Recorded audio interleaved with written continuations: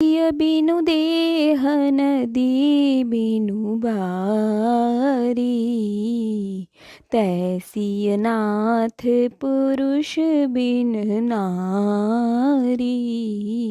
नमस्कार दोस्तों, स्वागत है आप सभी का एक बार फिर से हमारे इस चैनल में।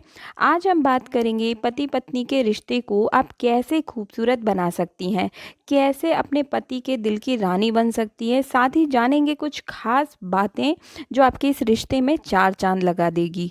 इससे पहले मैं पत्नियों से एक सवाल पूछना चाहती हूँ कि जब आपकी शादी हुई थी तब आप अपने पति को पलकों पर रखती थी, उनके लिए सजती संवरती थी, लेकिन कितनी ऐसी पत्नियां हैं जो बच्चे होने के बाद भी अपने पति के लिए सजती संवरती है, उनकी बात को ध्यान से सुनती है और उनकी पहले जितनी ही केयर करती हैं। कमेंट बॉक्स में ज़रूर बताइएगा। तो पति पत्नी का जो रिश्ता होता है उससे ज़्यादा पावन, सुंदर और मधुर कोई दूसरा रिश्ता नहीं होता है। अगर आप इस रिश्ते को मानती हैं तो आप खुद इस रिश्ते के बारे में महसूस करके देखिएगा, इससे खूबसूरत कोई दूसरा रिश्ता नहीं होता है। और इस रिश्ते को हम और भी ज़्यादा खूबसूरत कैसे बनाएं, ऐसा क्या करें कि इस रिश्ते में और भी ज़्यादा मिठास आ जाए, आप एक अच्छी धर्म पत्नी, अर्धांगिनी जिसे कहते हैं, वो कैसे बनेंगी। इससे पहले अगर आपको मेरी वीडियो अच्छी लगे और अगर आप मेरी बात से सहमत हैं तो इस चैनल को सब्सक्राइब ज़रूर कीजिए और साथ ही बेल आइकन दबा दीजिएगा ताकि आपको हमारी वीडियो की नोटिफिकेशन सबसे पहले मिल सके। तो मैं जो आपको बात बता रही हूँ उसे आप एक बार अपने जीवन में ज़रूर लाइएगा, एक कोशिश ज़रूर करके देखिएगा। और सबसे पहले तो पतियों को भी ये चाहिए कि अपनी पत्नी को आदर दें, उनको सम्मान दें, उनको महत्वपूर्ण स्थान जो अपने पत्नी को आप अपनी लाइफ में सबसे महत्वपूर्ण स्थान दीजिए, क्योंकि जिस घर में नारी का सम्मान होता है वहाँ हमेशा खुशहाली बनी रहती है।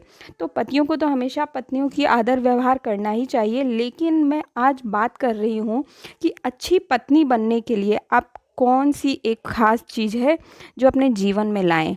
तो इस पूरी सृष्टि में हमारे पति से ज़्यादा महत्वपूर्ण कुछ नहीं है, क्योंकि पति से बड़ा कोई रिश्ता है ही नहीं। वैसे तो महत्वपूर्ण बहुत सारे रिश्ते हैं जैसे माता पिता, भाई बहन, सास ससुर, लेकिन सबसे ज़्यादा अहमियत हमें पति को देनी है। पति से ही हमारा घर संसार है, पति से ही दिन है, पति से ही रात है। पति से जो तिरस्कार पाई हुई स्त्री होती है उसे तो समाज में भी सम्मान नहीं मिलता है। और एक चीज़ और आप देखिएगा कि अगर आप पति की इच्छा से अलग जाकर अगर आप कोई भी काम करती हैं तो वो काम आपका ज़रूर अधूरा रह जाता होगा। और मतलब पति अगर किसी काम को मना करे और वहाँ वो काम हम करेंगे तो वो अच्छा होगा ही नहीं। और मतलब आपने देखा होगा कि पुराणों में भी जब माता पार्वती अपने पति की इच्छा के विरुद्ध जाकर अपने मायके चली गई थी तो उन्हें अपने मायके में भी सम्मान नहीं मिला था, वहाँ पर भी उनका स्वागत नहीं हुआ था। तो आप अपने पति की कही हुई बात को समझने की कोशिश कीजिए। अगर वो कुछ समझा रहे हैं तो उसके पीछे क्या वजह है। पतियों को तो अपनी पत्नी को महत्व देना ही है। दोनों लोग जब एक दूसरे को महत्व देंगे तभी घर में हमेशा खुशहाली का माहौल रहेगा। लेकिन पत्नियों को भी ये देखना चाहिए कि सारी गलती पतियों की ही नहीं होती है, पत्नियों में भी होती है। हमेशा दोष पति को देने से नहीं होगा, आप में भी आप देखिए एक बार कि आप में क्या कमियां हैं। तो आइए अब जानते हैं कुछ खास बातें जो आपके जीवन में बहुत ज़्यादा ज़रूरी है। तो जब शादी होती है तब हम अपने पति को अपने सराखों पर रखते हैं और बच्चे होने के बाद पति को साइड कर देते हैं, बच्चों में ही दिन रात बिजी हो जाते हैं, बच्चों के आगे ही उन्हीं को आगे रखते हैं। लेकिन ऐसा नहीं करना चाहिए। आपके लिए सबसे पहले आपका पति है। बहुत कम ही आजकल ऐसे बच्चे हैं जो आगे चलकर माँ बाप का साथ देते हैं, और कुछ बच्चे तो ये तक कह देते हैं कि आपने किया ही किया है। हम पति को इग्नोर कर देते हैं, पति थके हारे आते हैं जॉब से, लेकिन हम अपने लाइफ में बिज़ी रहते हैं, फ़ोन में बिज़ी रहते हैं, बच्चों को पढ़ा रहे होते हैं और पति को नहीं पूछते हैं। तो ऐसा आपको नहीं करना है।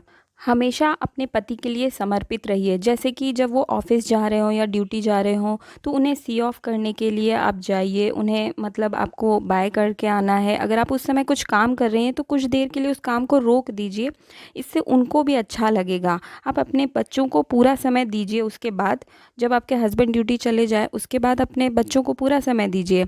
और जब आपके हस्बैंड ऑफिस पहुंच जाए तो पति को एक बार फ़ोन करके ज़रूर पूछ लीजिए कि वो टाइम से पहुंचे हैं हैं या नहीं, और अपने घर का जो तनाव है वो उनको ड्यूटी पर ना बताएं और बार बार उनको कॉल करके परेशान ना कीजिए, बार बार फ़ोन मत कीजिए, इससे उनको भी मतलब इरिटेशन होगा।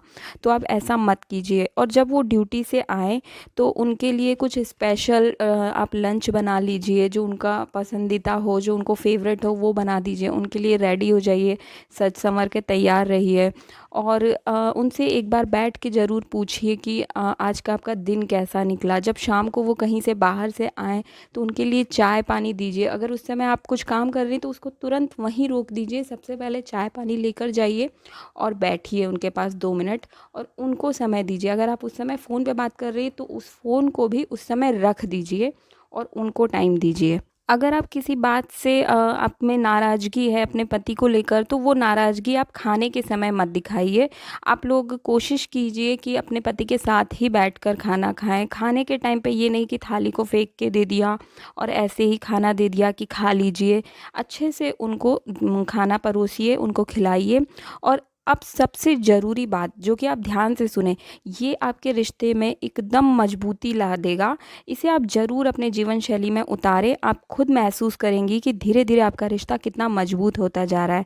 करना बस इतना सा है कि रात में जब आप सोने जाएँ तो 1 घंटा समय आप अपने आपस में बातचीत को ज़रूर दें। दिन भर की बातें एक-दूसरे को बताएँ और समझने की कोशिश करें कि वो आपसे क्या कह रहे हैं। और अगर आपके पति कुछ बात आपको समझा रहे हैं तो उसे उनके नज़रिए से एक बार समझने की कोशिश कीजिए।